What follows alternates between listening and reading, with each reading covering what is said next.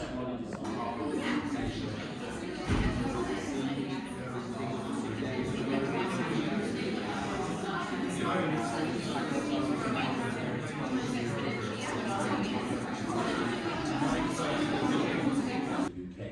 of course, this evening we're all gathered here to observe Islamophobia Awareness Month.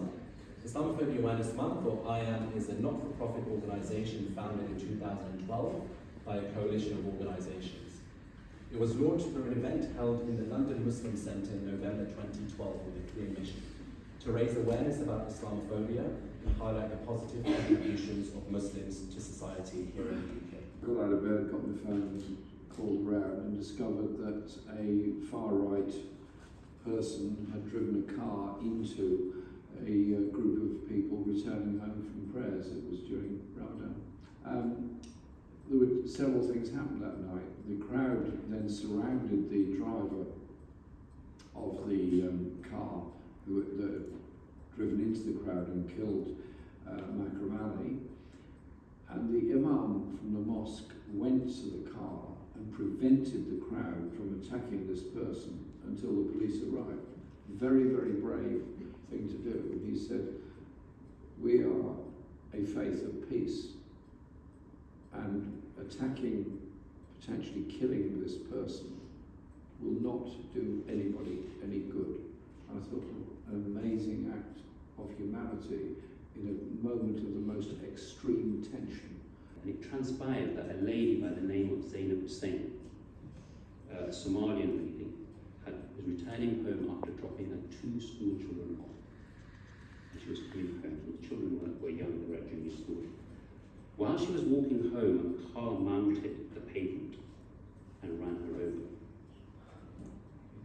While she lay in a pool of blood, people came to her assistance and she sat up. Whilst that was happening, it appeared that the car had done a U-turn and had mounted the pavement again and was coming straight towards her. And they ran her over again, and that's when Zainab said to me that she did think it was her last pregnancy as well. On the day that this had happened, the perpetrator was arrested, who had already declared that he had done this as revenge for 7/7, and he wanted to kill every Muslim. And the country should be proud of him and actually honour him with an award. So everybody was aware of the reason why, but the word hate crime was not included. Nobody knew about this incident. And I and my team had to fight so hard to just change the narrative.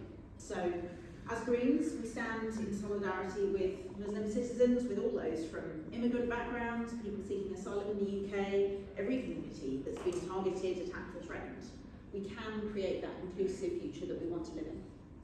It fuels far-right sentiment and contributes to a broader shift to the right in politics in Britain and elsewhere, where ideological expressions that were once regarded as limited to far-right fringe groups are now part of mainstream political discourse, which itself operates through hostility to ethnic and religious minorities.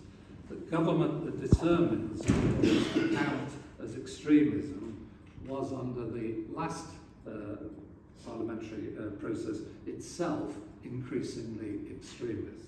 I find it quite challenging at times. I've worked with academics in other parts of Europe, and it's quite telling how in France it's almost impossible for people to be working in this area of Islamophobia for fear of being dismissed as collaborators in what they call Islamofascism, Islamic fascism, for example. So certain foreign policy actions in relation to the invasion of Iraq, for example, that obviously leads to Muslims being othered in this country and Muslims being demonised and discriminated against increasingly in our own society.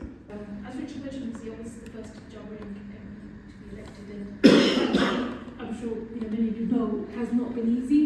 And I think that for me, my journey is also, I think, reflective of the experiences of many Muslim men and women across the country. The racism, the harassment, the Islamophobia. We all know people who went through attacks, who felt fearful, and we all experienced that, and we went through that collectively.